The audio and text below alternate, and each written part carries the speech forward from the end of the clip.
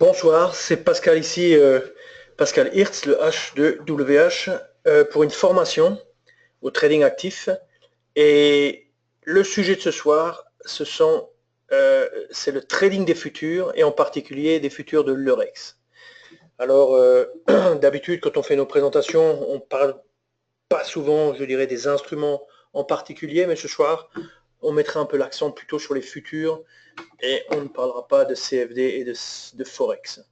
Alors, l'agenda pour la présentation, euh, c'est une présentation que on a beaucoup l'habitude de donner en fait depuis de nombreuses années, parce que nous offrons les futurs depuis 2002. Et on va expliquer les avantages qui sont liés au trading des futurs. Euh, il y a beaucoup d'entre vous qui traitez les CFD, le Forex, ou les CFD sur les indices. Euh, Selon la taille de votre position, vous pourriez être intéressé de trader les futurs, en fait. Si vous tradez des positions petites, probablement ce n'est pas intéressant pour vous parce que les futurs sont trop grands. Mais si vous tradez des positions de quelques dizaines de milliers on va dire, d'euros, dans ce cas, vous devriez peut-être regarder ce qui se passe sur les futurs. Alors, je vais attaquer directement le vif du sujet. Et je commence par affirmer que les futurs sont adaptés aux traders particuliers. Il y a beaucoup de gens qui ont commencé en fait le trading actif avec les CFD et le Forex et qui ne connaissaient pas du tout les futurs. Et d'un autre côté, il y a des vétérans qui, eux, ont commencé avec les futurs et qui, plus tard, soit sont restés avec les futurs, soit ont migré vers les CFD. Le fait est que les marchés de futurs offrent de nombreux avantages. Alors, l'un des avantages, c'est la transparence. Alors, la transparence, ici, à quoi on pense? Eh bien, on pense au fait que les transactions de futurs, elles se font en fait sur des bourses. Et si vous prenez le CAC 40, vous prenez le DAX, vous prenez l'Eurostoxx, vous prenez n'importe quel futur, en règle générale, un futur, il ne cote que dans une bourse à la fois. C'est-à-dire que tout le volume qui est destiné à un futur en particulier atterrit en fait dans une bourse. Alors de nos jours, bien sûr, les bourses sont toutes électroniques, mais cette idée de centralisation est très importante parce que ça veut dire que vous êtes en fait à égalité un petit peu avec tous les participants, que ce soit des institutionnels ou des particuliers. Et tout le monde se retrouve en fait à envoyer ses ordres qui, dans notre cas, avec nos plateformes, arrivent directement dans le carnet d'ordre qui est tenu par le marché. Et donc, il n'y a pas je dirais, il ne peut pas y avoir de polémique ou de controverse avec des exécutions d'ordre parce que le système d'exécution est géré en fait par les bourses. Et il peut avoir, on va dire, une fois tous les 2-3 ans, un problème avec une bourse, mais en règle générale, il n'y a jamais de problème. Et en termes d'intégrité, pour l'exécution des ordres, c'est, je dirais, parfait. Et ça, ce n'est pas toujours ce qu'on entend on va dire, des gens qui traitent plutôt les CFD et le Forex, parce que de temps en temps, ils se plaignent du slippage ou de l'exécution qui n'est pas assez rapide et ce genre de choses. Donc sur les futurs, même si vous êtes un particulier, vous avez en fait un moyen de passer vos ordres de façon extrêmement rapide avec une intégrité qui est très importante. Alors, un autre élément qui fait partie un peu de cette notion de transparence je dirais, de clarté, c'est le fait qu'il n'y a pas de teneurs de marché qui sont en position de trader d'une certaine manière contre vous. Comme c'est le cas un petit peu dans le dernier scandale dont on a entendu parler dans le monde des CFD et du Forex, dans lequel ce qui a été reproché, c'est justement la notion je dirais, pour la firme en question, d'opérer comme un teneur de marché et de ne pas le dire à ses clients. Donc, Ici, dans le cas des futurs, il y a transparence, il n'y a pas de teneur de marché, vos ordres tombent dans le carnet avec les ordres des autres participants. Et donc, vous n'avez pas, votre broker n'est pas lié ou n'est pas animé on va dire, il n'a pas un intérêt divergent du vôtre. Son intérêt est que vous réussissiez, parce que dans ce cas, vous pourrez être loyal avec lui. C'est pas toujours le cas justement avec les autres produits, que ce soit même les varants, les produits faits par des banques, les varants, les CFD, les Forex. Il peut y avoir des situations dans lesquelles le courtier a un intérêt opposé au vôtre. Alors, pour conclure, sur cette page, professionnel, particulier, vous avez les mêmes informations que les professionnels, mais à condition d'avoir les bons outils et la bonne technologie. Et ça, c'est quelque chose qu'il faut un petit peu expliquer. Donc, on passe à la page suivante et j'expliquerai ça un peu plus tard, carnet d'ordre, etc. Passons maintenant aux futurs eux-mêmes. Alors, les paramètres des futurs, vu qu'ils ne sont tradés et ils ne sont offerts que par une bourse unique, de ce fait, ils ont des caractéristiques uniques. Donc si on prend par exemple le mini DAX futur qui existe depuis octobre 2015 maintenant, le mini DAX futur c'est le contrat qui est le plus tradé par nos clients, je dirais pratiquement à égalité avec le DAX futur qui est un peu plus grand. Donc si on regarde les caractéristiques du mini DAX futur, la valeur sous-jacente bien sûr c'est l'indice DAX, valeur d'un point 5 euros, donc ça c'est une grande différence avec par exemple les CFD, ou dans le cas d'un DAX chez nous, en tout cas sur un CFD, le point vaut 1, donc avec un DAX à 11 000, ça veut dire qu'il faut au moins acheter pour 11 000 de quelque chose, alors qu'avec le mini DAX futur, il faut acheter 11 000 x 5, 55 000. Donc c'est un peu plus grand. Valeur d'un tick, 1 point. Et vu qu'un point vaut 5 euros, bon, ça veut dire que le tick vaut 5 euros. Les marges, 1911 pour la journée, overnight 4344. Alors, à la page suivante, je montrerai un exemple avec les marges. Qu'est-ce que ça veut dire vraiment? À noter que l'Eurex charge des frais de bourse, 0,25 euros, c'est-à-dire 25 centimes par lot. Un lot, c'est le nom que l'on donne à un contrat. Donc, on peut dire contrat ou on peut dire lot. Lot, c'est un petit peu plus le terme, on va dire probablement les traders anglais ou américains, et je pense qu'ils utilisent plutôt ce mot. C'est plus court. Après, il y a une notion d'expiration qui est différente d'une certaine manière d'un CFD sur indice.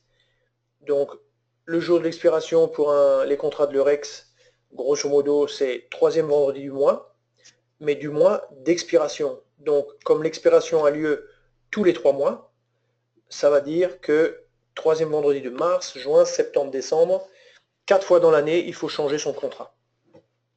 Ce n'est pas un grand problème, je vous montrerai sur la plateforme. Et puis le dernier élément, c'est la notion d'horaire, puisque avec un mini DAX futur et je dirais avec tous les autres contrats qui sont cotés sur le REX, que je vais montrer après, les horaires c'est entre 8h du matin et 22h, donc je dirais c'est parfait. Ça pose bien sûr la question de faut-il garder ou pas une position la nuit. Moi qui ai l'expérience de trader en automatique le DAX, mais à travers des CFD, et avec la possibilité d'avoir une cotation durant toute la nuit, de toute façon, je clôture avant la fin avant les 22h. Donc, moi, je dirais la réponse, c'est 8h, 22h, c'est parfait. Il faut juste savoir ce qu'on fait si on garde une position ouverte. Alors, j'ai sorti ici un extrait d'un tableau qui est sur notre site web. C'est un tableau qui montre les différents instruments. Ici, j'ai sélectionné les instruments de l'Eurex, donc les futurs de l'Eurex, avec des informations du même type, horaire de trading, les frais de bourse, marge journalière et overnight, la valeur du tick, la valeur nominale. Alors le nominal, c'est-à-dire la valeur du point. Et donc on voit par exemple, si on prend la première ligne, on voit que le DAX, et ça c'est pas le mini DAX, c'est le DAX, donc c'est la première ligne, on voit que le DAX, lui, il a en fait une taille qui est 5 fois plus grande que le mini DAX. Donc il a une taille de 25 euros le point par rapport au mini DAX qui est à 5 euros le point. Ça veut dire quoi? Ça veut dire que c'est un grand contrat en termes de valeur nominale, et ça veut dire que s'il bouge, la variation est grande. Donc, beaucoup de clients avaient commencé un petit peu à arrêter de traiter le DAX, vu que sa valeur augmentait, et que la valeur du point, elle, est fixe depuis maintenant 15 ans. Et grâce au mini DAX, ils ont pu rester, je dirais, sur le support DAX, mais avec un contrat un peu plus petit, quoi. Il y a toujours des gens qui traitent sur le grand DAX. J'ai moi-même tradé beaucoup sur le grand DAX, mais il faut dire qu'à l'époque, il était plus aux alentours de 6000 points. Et c'est sûr que s'il est le double, si vous êtes 2 fois meilleur qu'il y a une dizaine d'années, ça va, mais si vous êtes pas meilleur et que la taille du contrat est 2 fois plus grande, c'est risqué pour vous. Alors, en rouge, j'ai souligné en fait les contrats qui sont les plus tradés, donc mini DAX DAX, l'Eurostoxx bien sûr, je vous montrerai ça sur la plateforme dans une seconde. Le SMI, ça c'est en fait Swiss Market Index, donc c'est pour les Suisses qui s'intéressent à leur marché national. Et puis vous avez ensuite des produits obligataires, donc le plus connu c'est le Bund, il est aussi connu sous le nom de son symbole FGBL. Vous avez aussi le Bobble. Alors, grosso modo, le Bund, c'est un petit peu lié à une sorte de panier d'obligations d'une maturité à peu près d'une dizaine d'années. Le Bobble, c'est plus une affaire de 5 ans peut-être, et le Schatz, c'est plus une affaire de 2 ans. Donc, on a, avec ces 3 contrats, différentes... on a la possibilité de trader sur des taux d'intérêt à plus ou moins 2 ans, plus ou moins 5 ans, plus ou moins 10 ans. Et puis vous avez en dessous le FOAT. Alors, le FOAT, c'est en fait le l'OAT, c'est en fait l'équivalent un peu du 10 ans français.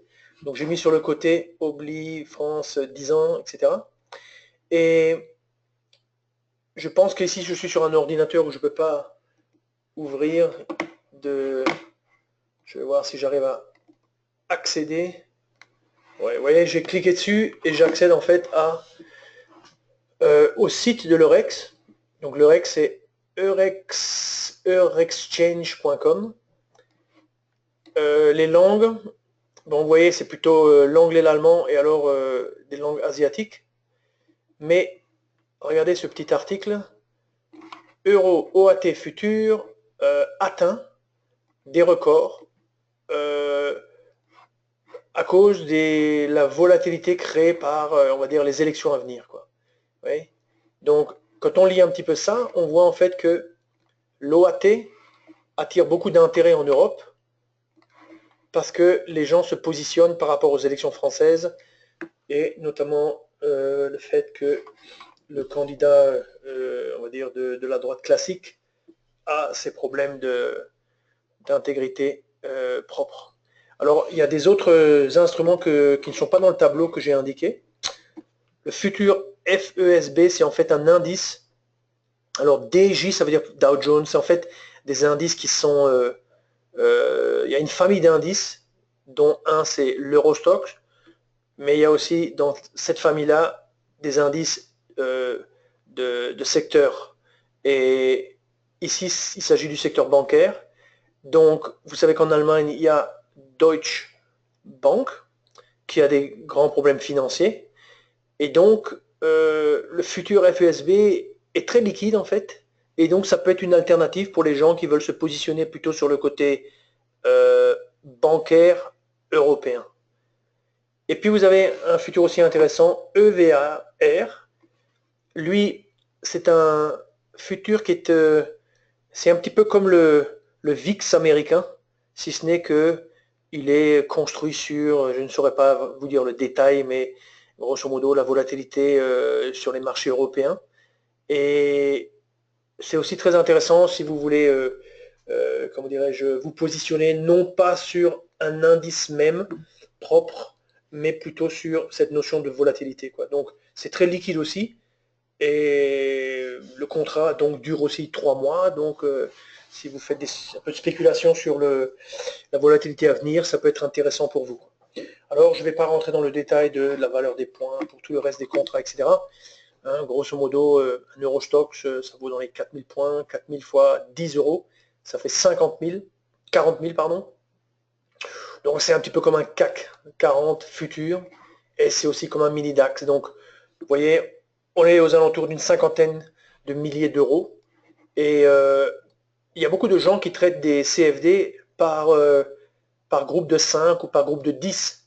Donc si vous traitez plus que 5 DAX à travers un CFD, peut-être vous pouvez vous poser la question de vous dire pourquoi ne pas le trader sous la forme d'un futur. Ça, c'est un petit peu un des messages pour la soirée. Alors, il y a 2 questions là. On recevra les slides de la présentation, bien sûr. Et 0,25 aller-retour, non, non, non. C'est 0,25 à l'aller, c'est 0,25 au retour. Tout ce qui est... On va arriver tout de suite sur les notions de coûts. Je reviendrai sur la question des coûts. Je laisse la question un petit peu de côté pour le moment. Alors, je continue. Je prends l'exemple juste pour de nouveau fixer les idées. Donc, prenons le mini DAX qui est le contrat le plus populaire. Donc, supposez que j'ai 5000 euros sur mon compte et 5000 euros, c'est en fait le montant minimum que nous demandons pour l'ouverture d'un compte futur.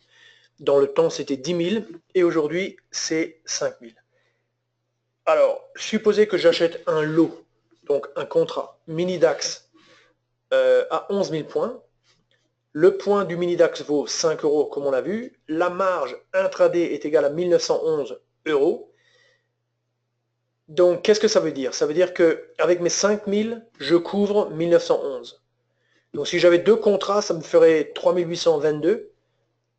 Il serait toujours couvert par mes 5000, donc j'aurais le droit de le faire.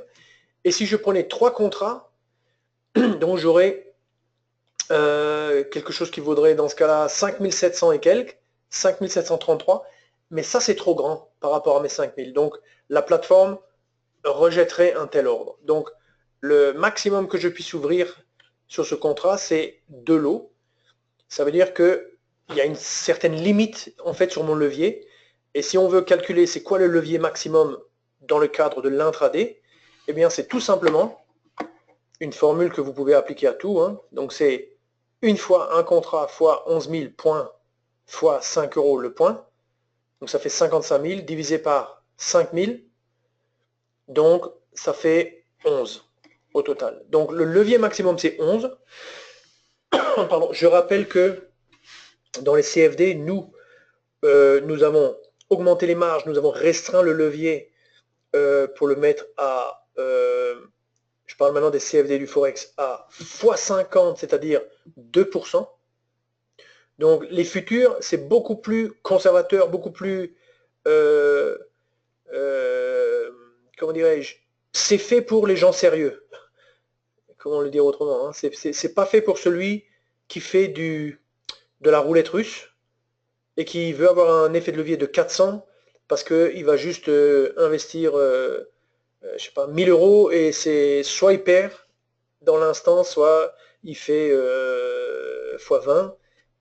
C'est pas comme ça dans les futurs, c'est plutôt pour des gens sérieux, dédiés, concentrés, qui veulent apprendre, devenir bons, etc. Alors, en termes de position overnight, ici, n'oubliez pas qu'il n'y a pas il y a une pause entre 22 heures et le lendemain 8 heures du matin.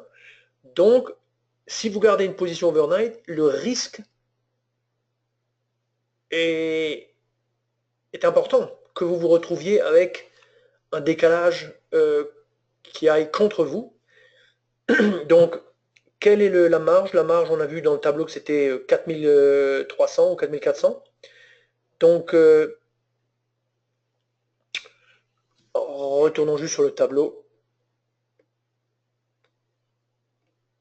Ok, sur le tableau, on a dit que la marge, c'est 4344 pour un contrat. Voilà, c'est ça, pour un contrat. Donc, qu'est-ce que ça veut dire? Ça veut dire que 4000 par rapport à 5000, c'est presque 8%. Donc,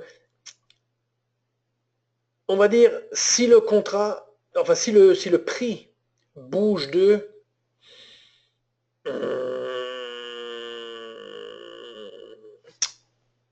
1%,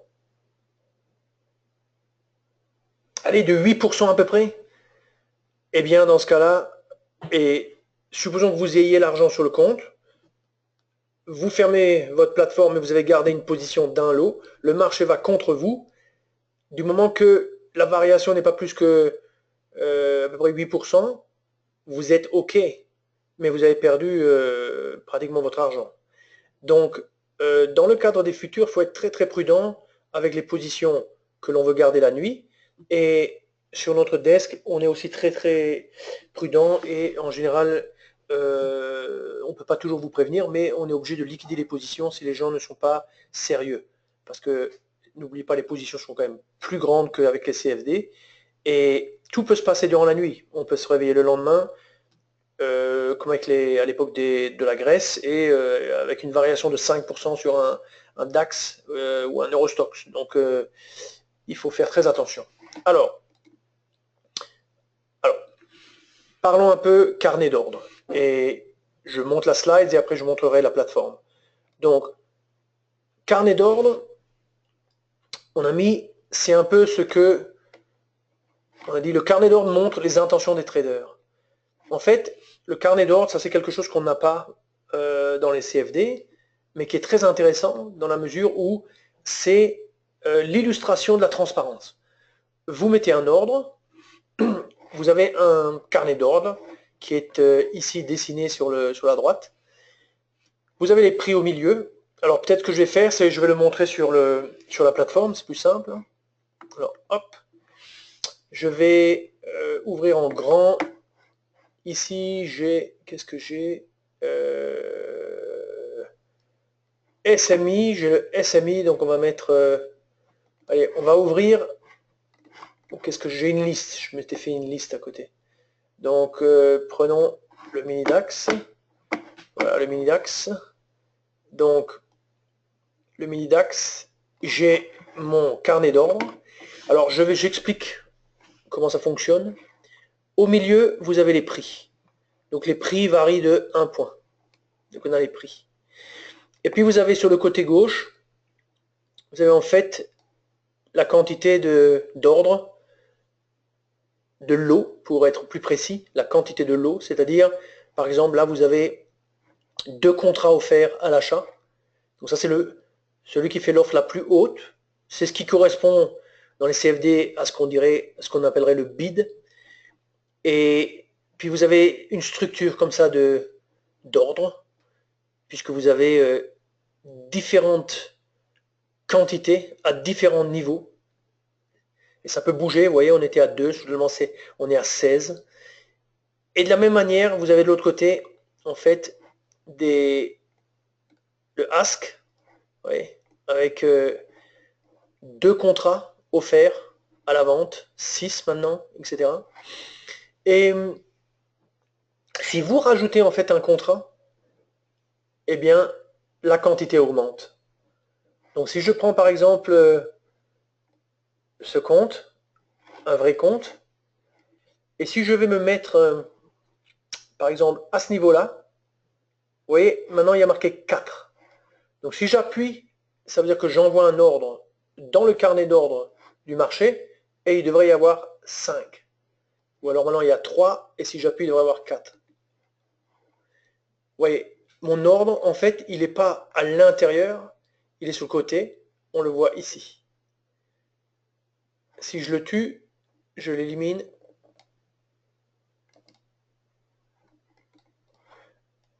On est revenu à 3. Donc vous voyez, en fait, je positionne mon ordre. Hop. Et grosso modo, on voit mon ordre sur le côté.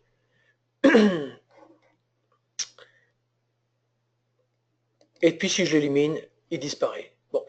Alors, le carnet d'ordre, ici, à cette heure-là, 18h25, il est ce qu'il est. Hein, il y a toujours ce spread de 1. Là, vous voyez maintenant le spread. Vous voyez le spread, quand la ligne entre acheteur-vendeur, quand elle devient orange, ça veut dire que le spread, il a augmenté. Ça veut dire qu'il vaut plus que 1. Alors quand vous voyez ça, vous comprenez pourquoi nos spreads, par exemple sur le CFD, ont dû être augmentés à 1,5 en soirée. Tout simplement parce que même sur le marché de futurs, le spread s'écarte un petit peu. Voyons un petit peu ce que vaut par exemple le DAX. Donc pas le mini DAX, mais le DAX. Donc ça c'est maintenant le DAX. Le DAX, vous voyez que lui, il a un écart de 1 pour le moment. Bien que, en réalité, dans la journée, dans la matinée, l'après-midi, on peut le trader, ou par exemple à l'instant présent, on peut le trader avec un écart de 0,5. Vous voyez, 0,5, c'est ce qu'il y a de plus serré sur le DAX. Et si vous avez un petit peu moins de liquidité, aujourd'hui, par exemple, le marché, après la hausse d'hier, il ne bouge pas, il est latéral. Dans ce cas-là, le spread, il est réduit, enfin, il augmente légèrement parce qu'il y a peu d'acteurs dans le marché. Prenons l'Eurostoxx. Alors l'Eurostoxx, vous voyez, c'est un autre match, c'est une autre réalité. L'Eurostoxx, c'est un instrument qui est traité par, regardez la quantité là. Vous voyez, ce 210, ça veut dire qu'il y a eu un achat pour 210 contrats à l'instant. C'est-à-dire que ce sont des banques, des hedge funds, des institutionnels qui traitent beaucoup l'Eurostoxx. Le particulier peut aussi le trader, il n'y a aucun problème. Hein. Le chart bouge de la même façon que les autres contrats. Mais vous voyez la quantité, 828, 3000, etc. Donc c'est un contrat qui est très liquide et les transactions, là il y a des transactions de 1 lot, vous voyez, le petit 1 à gauche, mais en réalité, il y a sûrement beaucoup de transactions grandes, comme on a vu avant, 200, 50, 60, etc. Donc, à l'intérieur du carnet, on voit en fait les intentions des traders. Donc, quand je prends par exemple la colonne ici, et je montre les vendeurs, en fait, il y a plus de vendeurs cumulés en termes de nombre de lots qu'il y a de lots à l'achat. Donc, en fait, qu'est-ce qui se passe? On est un petit peu au niveau de cette espèce de barre. Vous voyez, ça c'est la journée en fait d'aujourd'hui. Je suis sur un 5 minutes. Vous voyez, en fait, si je compare par rapport à hier, je vais mettre la journée d'hier et la journée d'aujourd'hui. Donc, hier, il y avait un grand mouvement à la hausse et aujourd'hui, on est dans le range. Vous voyez? Donc, vers le haut ici, au niveau du haut ici, en gros, c'est au niveau vers lequel nous sommes maintenant, vous avez beaucoup d'ordre parce que dès que le marché essaie de percer, paf, vous vous retrouvez avec une grosse résistance. Et on voit ça aussi dans le carnet au niveau de cette structure vers le haut qui représente en fait un partage entre la somme des lots à la vente et à la baisse pour chaque niveau de prix exprimé en pourcentage de la largeur du carnet. Donc on voit que le milieu où qu'il y a beaucoup plus de rouge, ça veut dire que la pression, elle est plutôt vendeuse. Donc dès que le marché vient vers ces niveaux de prix, tchac, tchac, ça part à la vente, à la vente, à la vente. Donc le marché n'arrive pas à monter, quoi.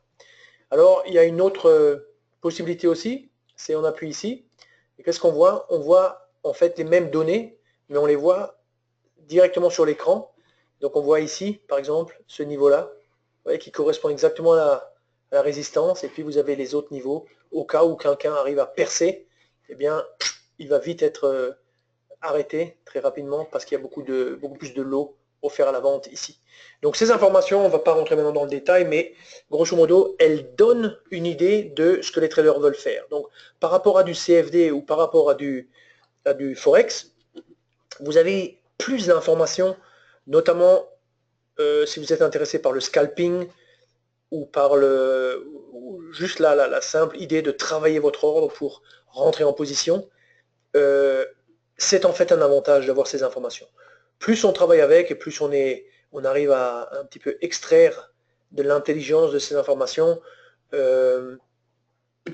Il faut avoir un petit peu d'expérience, il faut travailler avec pour un petit peu savoir bien comment l'utiliser, quoi. Alors, je reviens sur la plateforme, enfin sur la présentation. Voilà. Et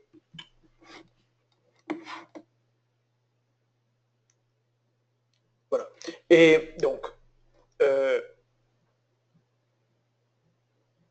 bon, je montrerai après comment on place des ordres. Avançons. Alors, le time and sales, c'est c'est un autre type d'information. Il y a trois versions, on va dire, de cette information. Et là, on est plutôt en train de regarder en fait les trades. Donc le flux de trades. Donc avant, avec le carnet d'ordre, on était en train de regarder les ordres, où les gens se positionnent, etc. Là, on est en train de regarder plutôt les traders ont agi, donc ils ont acheté ou vendu ou déplacé leurs ordres. Donc si je prends version numéro 1, ça s'appelle time and sales, hein, donc c'est-à-dire l'heure des ventes, grosso modo. À quelle heure les ventes, enfin les ventes au sens de les transactions, à quelle heure les transactions se sont-elles produites. Donc si je prends la version numéro 1, on voit dernier. Dernier, ça veut dire le dernier cours, donc le dernier prix d'exécution, la dernière transaction.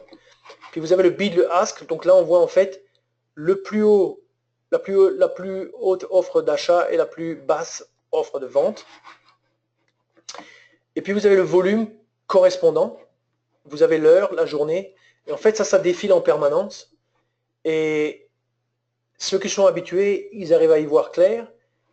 Si je prends une version légèrement simplifiée de la version 1, c'est-à-dire une version dans laquelle j'ai éliminé le bid et le ask, je me concentre uniquement sur le prix. Donc c'est le rapport des prix exécutés. Vous voyez que sur par exemple le mini DAX, j'ai pris un petit extrait ce matin. Donc ça va du bas vers le haut, 10h43, etc., 10h44. Alors il y a des couleurs. Alors qu'indiquent les couleurs? Prenons la ligne qui correspond ici à 10h44-14. Elle est rouge. Qu'est-ce que ça veut dire? Ça veut dire que on a un vendeur qui voulait tellement vendre qu'il est allé vendre au prix de l'acheteur. C'est-à-dire, il a absorbé le spread d'une certaine manière. Hein, il était en position vendeuse et il voulait être fait. Il est allé proposer un prix qui matchait le meilleur, celui qui avait l'acheteur qui avait le prix le plus haut. Ça veut dire qu'il y a une sorte de motivation pour vendre et du coup la couleur tourne au rouge. Puis après, vous voyez que dans les secondes qui suivent, pendant à peu près une quinzaine de secondes, vous avez des transactions au même prix, une, deux, une, etc. Et c'est noir. Ça veut dire que les gens ont continué ce comportement d'acheter au prix d'achat. Ça veut dire que c'est une pression vendeuse. Et puis vous voyez, hop, la ligne est verte maintenant. Ça veut dire que maintenant, un acheteur, lui, a décidé d'aller matcher le prix des vendeurs. Du coup, on a là une sorte d'arrêt à cette espèce de ce petit mouvement baissier. Et on peut comme ça regarder, je dirais, le ticker, comme on dit, et il y a des gens comme le champion italien, là, qui est toujours au salon de l'analyse technique, le salon du trading, pardon, et je ne me rappelle plus son nom, et qui traite beaucoup sur la base tout simplement du ticker, de ces types d'informations. Après, il y a une autre façon aussi de regarder les choses, c'est la notion de distribution des prix, version numéro 3. Là, qu'est-ce qu'on voit? On voit un cumul des lots au niveau des niveaux de prix. Et ce cumul il est exprimé en jaune et en orange. Il faut un petit peu regarder de près. Le jaune, ça correspond en fait euh, au vendeur, c'est-à-dire chaque fois que la transaction s'est faite au prix de vente, au ask. Et puis l'orange, chaque fois que la transaction s'est faite au prix d'achat. Donc ça permet aussi de voir un petit peu qui pousse plus, etc. Et ça, c'est très intéressant. Est-ce qu'il va y avoir une cassure? Est-ce qu'on passe d'un niveau à un autre, etc. Tout ça, il faut un petit peu bien sûr le pratiquer. Et sur la plateforme, vous voyez l'Eurostop qui pousse un petit peu. Donc sur la plateforme, comment voit-on ça? Eh bien, ici, j'appuie sur ce bouton ici. Voilà. Et là, on voit en fait que l'équilibre des prix un petit peu et avec une grande des bougies jaunes qui sont plus grandes, c'est-à-dire que quand la transaction a eu lieu, c'était à la vente, quoi. Alors, qu'est-ce qu'on peut dire d'autre là-dessus? Le time and sales lui-même. Alors, il y a deux possibilités. Soit je clique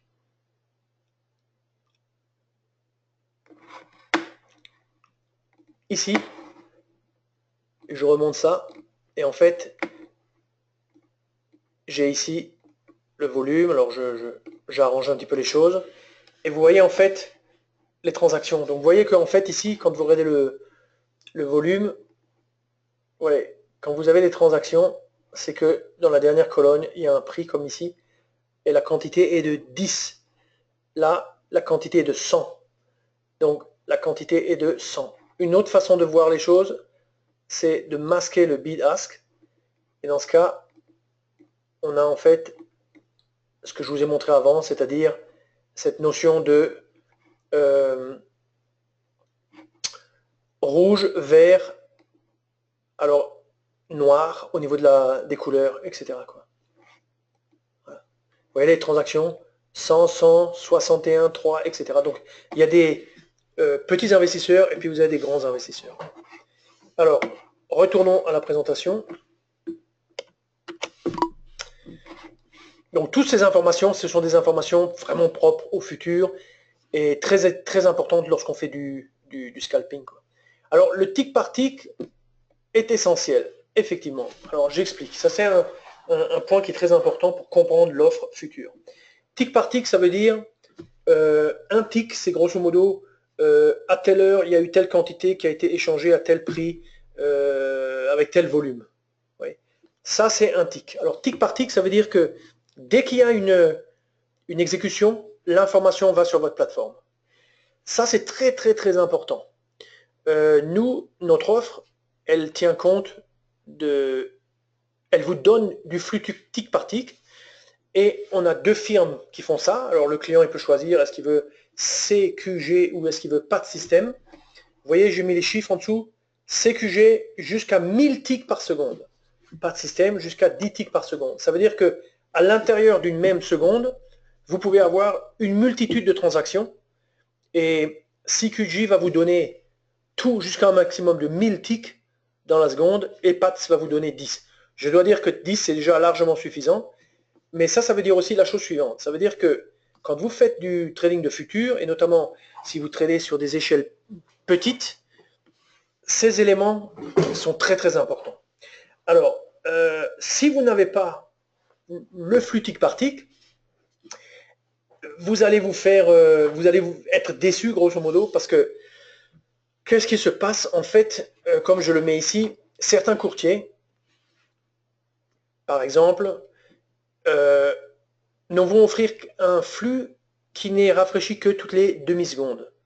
Donc toutes les demi-secondes, quelle que soit la situation, eux ils donnent une sorte d'image de ce qui était en train de se passer. Et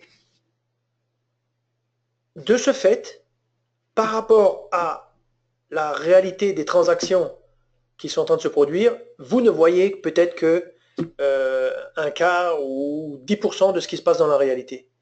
Alors, ça, c'est dommageable pour vous si vous choisissez ce genre de flux. Pourquoi? Parce que vous ne voyez pas où le prix allait en vérité, puisque vous voyez que une sorte de flash, d'image toutes les demi-secondes.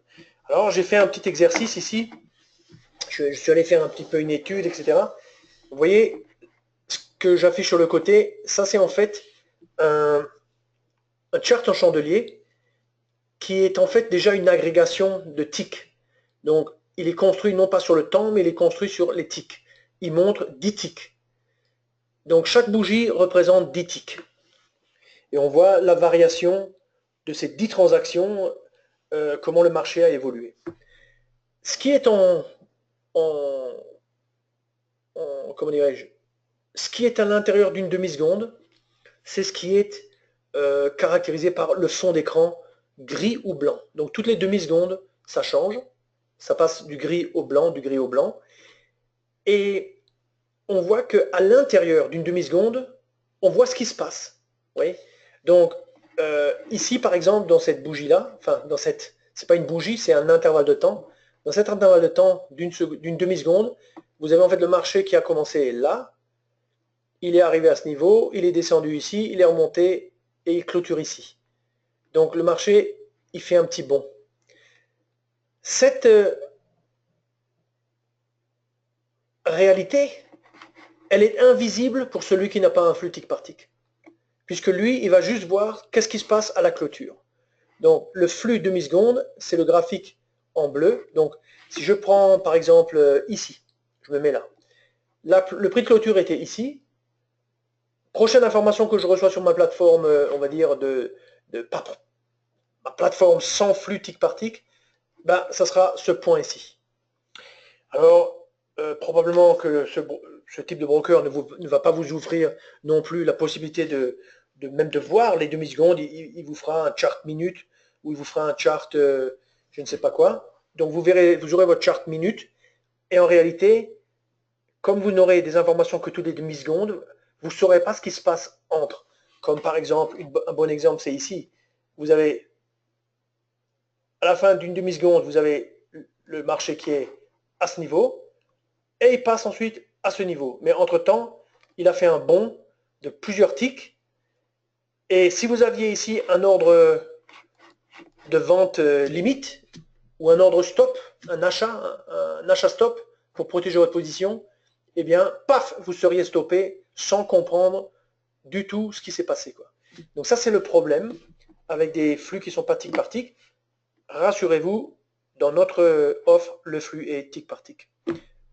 Alors, frais de transaction, on revient alors à la question précédente. Donc, la première chose, c'est par définition, les spreads sont serrés parce que, pourquoi le spread est serré? Parce que les ticks, c'est-à-dire l'écart minimum de prix est très petit, mais en plus, il y a beaucoup de liquidité, comme on l'a vu avec l'Eurostoxx par exemple.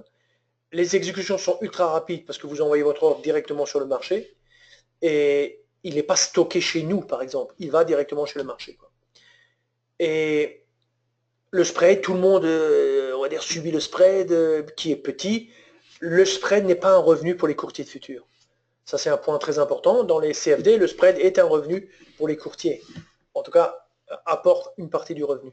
Mais pour les courtiers de futurs, ce n'est pas du tout le cas. Donc, les vrais coûts, en réalité, ce sont les commissions.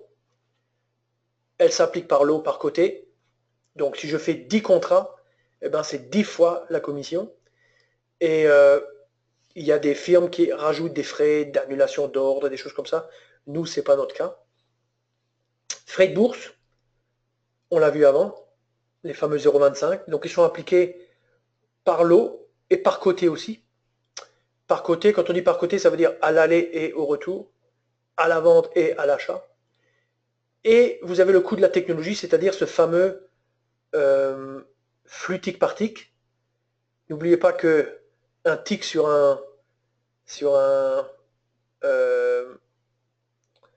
une position, sur un contrat, un tick, on a vu pour le mini DAX, c'est 1 point qui vaut 5 euros. Ici, le coût, on a vu, était de 0,25. Donc, il faut quand même mettre en relation les 0,25 par rapport aux 5 euros qui représentent l'écart minimum de prix. Donc, 0,25, c'est très petit, mais c'est un coût, quoi. Ça, c'est pour le côté frais de bourse. Et après, pour coût de technologie, c'est 0,5. Mais ça, c'est pour avoir un flux tick par tick qui vous permet de comprendre pourquoi votre stop est touché, puisque vous le voyez devant vos yeux, puisque vous avez toute l'information et non pas juste 10% ou 20% de l'information. Donc ça vaut la peine, quand on traite les futurs, de payer ce genre de choses. Il n'y a pas de problème avec ça. Et quand on regarde, de quoi parle-t-on? Donc commission sur un mini DAX futur, commission par lot, pour un achat ou pour une vente, donc ce qu'on dit aussi par côté, 2,95 à l'aller, de 95 au retour. Le courtage, c'est 2,20. Les frais de routage, c'est-à-dire le fameux CQG ou le fameux PAT, c'est 0,5. Les frais de bourse, c'est 0,25. Donc, on paye pour les transactions. Il y a un coût mensuel qui est l'Eurex. L'Eurex, depuis maintenant un an, charge 20 € par mois. Donc, il faut payer 20 € par mois à l'Eurex. Et puis après, vous avez la plateforme. Donc, on va regarder la plateforme tout de suite. Mais grosso modo, ça c'est la structure des coûts. Donc, il n'y a pas de notion de spread comme avec le Forex ou avec les CFD. Tout est une affaire de commission. Et les commissions sont en proportion des tailles de position, etc. Il est possible de négocier avec Self-Invest on va dire des rabais à condition de faire du volume. Si vous ne faites pas de volume, de toute façon, ce n'est pas important. N'oubliez pas aussi que ici, vous bougez un contrat qui fait 55 000 €. Donc 2,95, 2,95, c'est petit. Hein. Si maintenant vous bougez un DAX entier qui fait, on va dire pour simplifier, 10 000 fois 25, c'est-à-dire 250 000 ou 200, à peu près 75 000, vous bougez ça avec à peu près 3 € l'aller, 3 € au retour. C'est vraiment petit, tout petit, tout petit. Alors, on passe maintenant aux plateformes. J'ai fait un tableau que j'espère clair. Alors, soyez concentrés. J'ai noté 3 éléments. Cotation tick par tick, carnet d'ordre, graphique historique. Graphique historique, ça fait référence au prix historique. Alors, on commence de la gauche par la droite. CQG offre une plateforme mobile. Dans la version la plus simple, elle n'a pas de graphique. Comme CQG applique une charge de 10 € par mois, je la reflète ici. Donc, au minimum, ça coûte 10 € par mois pour avoir CQG mobile, mais on n'a pas de graphique. Si on veut des graphiques, dans ce cas-là, ça coûte 20 € de plus, c'est-à-dire ça coûte 30 € par mois. Là, on a une plateforme qu'on peut avoir sur son iPad ou qu'on peut avoir sur un site web. C'est une plateforme, on va dire, avec un carnet d'ordre, un chart, mais quand même assez rudimentaire. Quoi. Après, vous avez la NanoTrader full. Et quand on prend la NanoTrader, on a automatiquement le CQG mobile quand on a opté pour CQG. Donc, on a les cotations, tick par tick, on a le carnet d'ordre, pas de problème. Et là, il y a deux possibilités. Soit on dit, je veux les futurs, tous les futurs, même n'importe quel contrat futur, c'est-à-dire même vous savez, des matières premières, des choses comme ça, tout. Mais vous avez en fait le chart du futur en question. C'est-à-dire que si vous prenez le chart au début de l'expiration, enfin, au début de la période, c'est-à-dire, par exemple, un DAX pris au mois de mars, vers le 20 mars, bah, vous aurez un petit peu d'historique, mais c'est tout. C'est ça que ça veut dire, cette notion de moins de 3 mois. Ça veut dire que les prix historiques sont limités en fait au futur en question. Il y a une autre formule, c'est la formule futur 55. Là, il y a pour les 55 contrats les plus tradés par nos clients, vous avez en fait 10 ans d'historique. C'est-à-dire que si vous prenez un chart d'une minute, vous pouvez backtester une stratégie sur 10 ans de 1 minute. Ça coûte alors 10 € de plus. ça coûte 89. Une alternative, c'est vous prenez NanoTrader Full, en réalité avec PAT, c'est-à-dire pas avec CQG, vous avez les cotations, vous avez le carnet d'ordre, les futurs, pour les 55 en question, si vous avez juste le chart de la journée, ça coûte 39. Si vous avez juste le chart, enfin vous avez toute l'historique sur 10 ans jusqu'en 1 minute, ça coûte 79. 79, c'est ce que moi je prends en fait depuis toujours, puisque je fais beaucoup de backtesting et un petit peu plus de trading manuel plus récemment sur les futurs. Donc, dans tous les futurs, les devises aussi. Absolument. Quand on dit tous les futurs, on entend les devises, mais les devises qui sont cotées par les marchés de futurs. Donc, si on prend par exemple le CME, Chicago Mercantile Exchange, vous avez en fait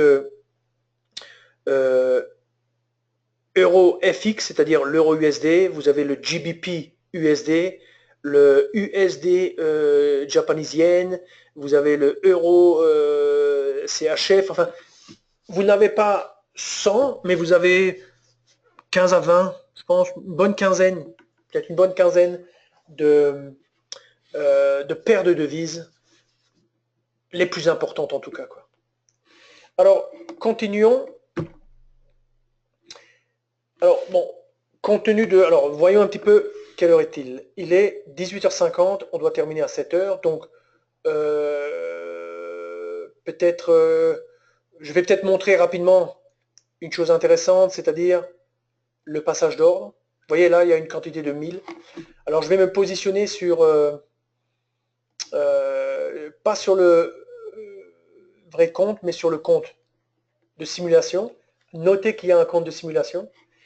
J'ai ici le mode trade guard et auto order qui est très important quand on fait du trading sur les futurs. Donc, quand je veux placer un ordre, je me positionne, alors par exemple pour un contrat, je me positionne ici dans le carnet.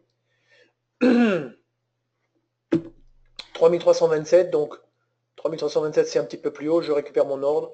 Et grosso modo, je peux travailler mon ordre dans le carnet, quoi. Directement dans le carnet, vous voyez, ou alors je peux le travailler à même l'écran et je peux aussi le baisser, tac, je suis exécuté, le prix on peut le faire apparaître, donc maintenant quand je suis exécuté en fait, en bleu, il y a le dernier cours, et puis vous avez en fait une sorte de rectangle qui montre mon prix d'entrée. Pour le moment, le prix ne bouge pas, il est 18h53, c'est aussi un petit peu la mi-temps américaine. Mais grosso modo, voilà ce qui se passe. Alors, d'un point de vue de... Regardons juste un petit peu d'un point de vue de click stop, click target. Normalement, on a quand même des ordres. Donc, ces ordres, ils sont un petit peu hauts parce que le marché est très peu volatile ce soir. Donc, vous avez vos ordres ici et grosso modo, on travaille ces ordres à même le graphique. Et si on s'intéresse au niveau, etc., le time and sell, vous avez toutes les informations sur la droite. Et c'est vraiment un plaisir de faire du trading sur les futurs avec des outils pareils, quoi. Alors je retourne un petit peu à la présentation. Si vous avez des questions, n'hésitez pas à les shooter, comme on dit en langage de jeunes. Ouverture du compte. Alors, parlons du compte futur. Donc le compte futur, je l'ai déjà dit, 5000 € au minimum. Quand on envoie l'argent, il arrive sur un compte WHS argent client, c'est-à-dire un compte d'argent tiers qui est ouvert chez LCL à Paris, donc le Crédit Lyonnais. Cet argent, on l'envoie ensuite directement chez Macquarie Bank. Macquarie Bank, c'est une société, une grande banque australienne. Elle est cotée sur la bourse australienne. Elle a des meilleurs ratings que Deutsche Bank, je peux vous dire. Et c'est un grand acteur des marchés dérivés. Donc, ils sont présents, membres de toutes les bourses. Donc, eux, avec votre argent, ils gardent l'argent, ils le protègent. Mais ensuite, ils utilisent l'argent pour le mettre dans les différents marchés en fonction de vos besoins de marge, notamment quand vous gardez des positions la nuit. Mais Macquarie, c'est aussi l'exécuteur des ordres. Comme il est présent sur toutes les bourses, c'est lui qui exécute nos ordres et on est très satisfait avec eux, quoi. Et les clients sont aussi très satisfaits, quoi. Alors, la conclusion de ça, c'est un peu l'argent est ségrégué. Ça, c'est une information très importante, que l'argent soit ségrégué des avoirs de WHS, et ce qui est le cas. Ensuite, je vais arriver un petit peu à la conclusion. La conclusion, c'est que WHS aide ses clients à devenir de meilleurs traders.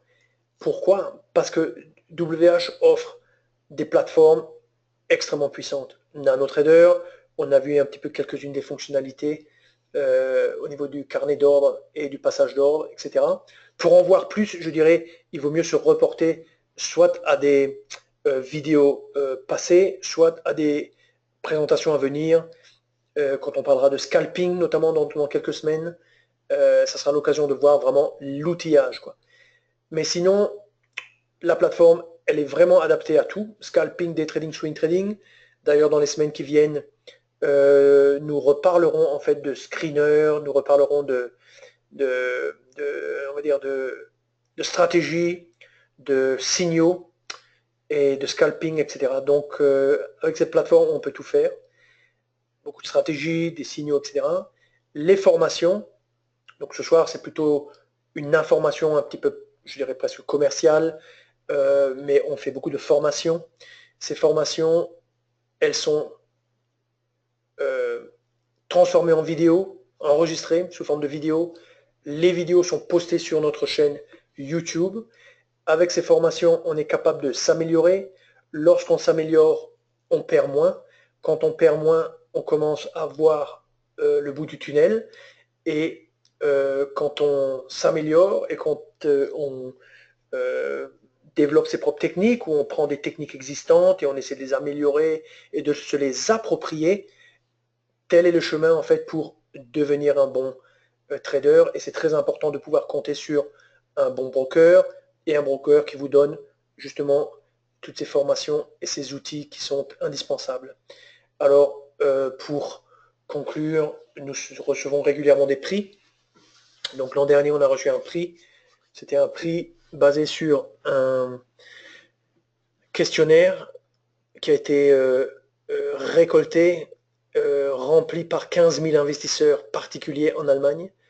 Et notre société a été élue première pour le service client, première pour la plateforme, en l'occurrence la NanoTrader, et première aussi pour le contenu éducatif, ou appelons ça les ressources pédagogiques.